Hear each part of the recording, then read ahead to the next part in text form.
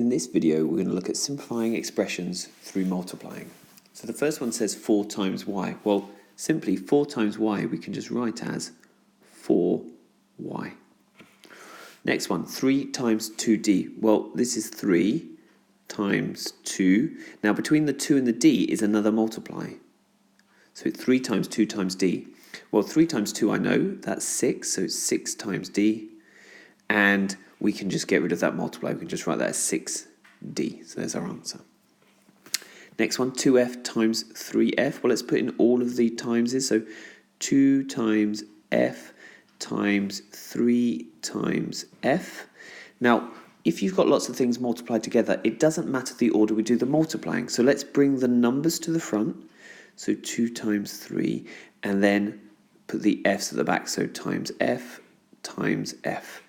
So 2 times 3 is 6 times f. Well, f times by itself would be f squared.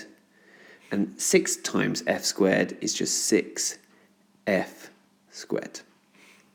Okay, let's move on then to these next few here. So 6w times 4. So remember 6w, what that means is it's 6 times w times 4.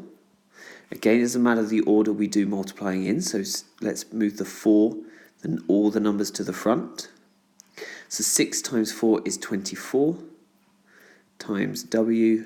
So 24 times w is 24w. Next one, 3e times 4f. Let's put the multiplying in to all of these. Move the numbers to the front. Letters to the back.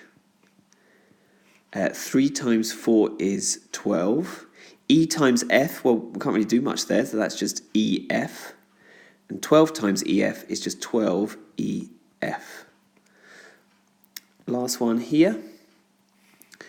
We've got 4 times d squared times 2 times d. Bring my numbers to the front and the letters to the back. 4 times 2 is 8. D squared times d, well, that's d times d times d. So we've got 3 d's multiplied together, so that's d to the 3 or d cubed. So our answer is 8d cubed.